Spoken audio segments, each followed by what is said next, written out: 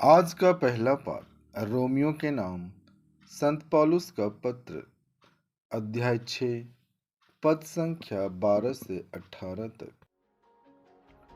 अब आप लोग अपने मरणशील शरीर में पाप का राज्य स्वीकार नहीं करें और उनकी वासनाओं के अधीन नहीं रहें।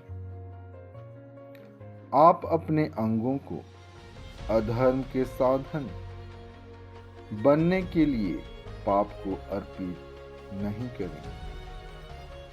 आप अपने को मृतकों में से पुनर्जीवित समझकर ईश्वर के प्रति अर्पित करें और अपने अंगों को धार्मिकता के साधन बनने के लिए ईश्वर को सौंप दें। आप लोगों पर पाप का कोई अधिकार नहीं रहेगा। अब आप संहिता के नहीं बल्कि अनुग्रह के अधीन हैं। तो क्या हम इसलिए पाप करें कि हम संहिता के नहीं बल्कि अनुग्रह के अधीन हैं? कभी नहीं।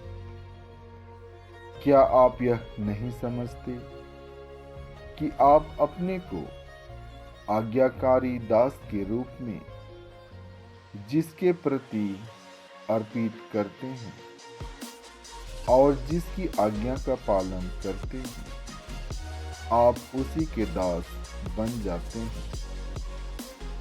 यह दासता चाहे पाप की हो जिसका परिणाम मृत्यु है, चाहे ईश्वर की हो जिसके आज्ञा पालन का परिणाम धार्मिकता है। ईश्वर को धन्यवाद कि आप लोग जो पहले पाप के दास थे, अब सारे हृदय से उस शिक्षा के मार्ग पर चलने लगे जो आपको प्रदान की गई है। आप पाप से मुक्त होकर धार्मिकता के दास बन गए।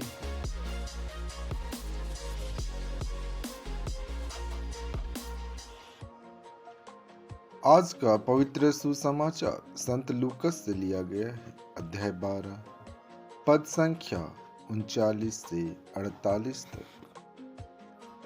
यह अच्छी तरह समझ लो, यदि घर के स्वामी को मालूम होता कि चोर किस घड़ी आएगा तो वह अपने घर में सेंध लगने नहीं देता। तुम भी तैयार रहो, क्योंकि जिस घड़ी तुम उसके आने की नहीं सोचते उसी घड़ी मानव पुत्र आएगा। पेतरुस ने उनसे कहा, प्रभु, क्या आप यह दृष्टांत हमारे लिए कहते हैं या सबों के लिए? प्रभु ने कहा, कौन ऐसा ईमानदार और बुद्धिमान कारिंदा है जिसे उसका स्वामी अपने नौकर चाकरों पर नियुक्त करेगा ताकि वह समय पर उन्हें रसद बांटा करे। धन्य है वह सेवक जिसका स्वामी आने पर उसे ऐसा करता हुआ पाएगा। मैं तुमसे यह कहता हूँ, वह उसे अपनी सारी संपत्ति पर नियुक्त करेगा।